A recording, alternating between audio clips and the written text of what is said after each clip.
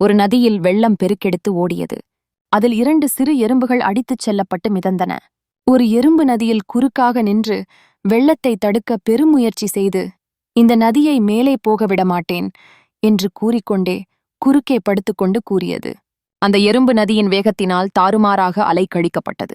நதியின் போக்கில் மாறுதல் செய்ய முடியாவிட்டாலும் நதியை எப்படியாவது நிறுத்தியே தீருவேன், உயிரே போனாலும் இந்த நதியை அடக்கியே தீருவேன் என்று அலறிக்கொண்டே திணறியது.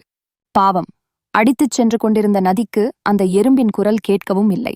அதன் இருப்பை நதி உணரவும் இல்லை. மற்றொரு எறும்போ தன்னை அந்த வெள்ளத்திலேயே விட்டுவிட்டது. அது நதியின் குறுக்காக அல்ல, நேராக கிடந்தது. நதி போகும் திசையில் மிதக்க வசதியாக.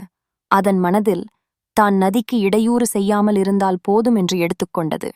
இந்த 2 எறும்பை பற்றியும் நதிக்குத் தெரியாது, எறும்புகளின் போக்கை பற்றியும் தெரியாது.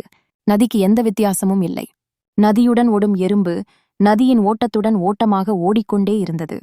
நதியுடன் போராடும் எறும்போ வலியும் வேதனையும் துக்கமும் அலைக்கழிக்க உடலெல்லாம் ரணத்துடன் ஓடியது. நதியை ஒன்று ஏற்றுக்கொண்டது, மற்றொன்று எதிர்த்து போராடியது. போராடிய எறும்பு ஒரு மரக்கிளையில் ஏறி நீ உயிர் தப்பித்தது. அமைதியாயிருந்த எறும்பு வெள்ளத்தில் அடித்து செல்லப்பட்டு மூச்சு திணறி இறந்தது. வாழ்க்கை என்பது அமைதி நிறைந்தது மட்டுமல்ல, போராட்டமே வாழ்க்கை.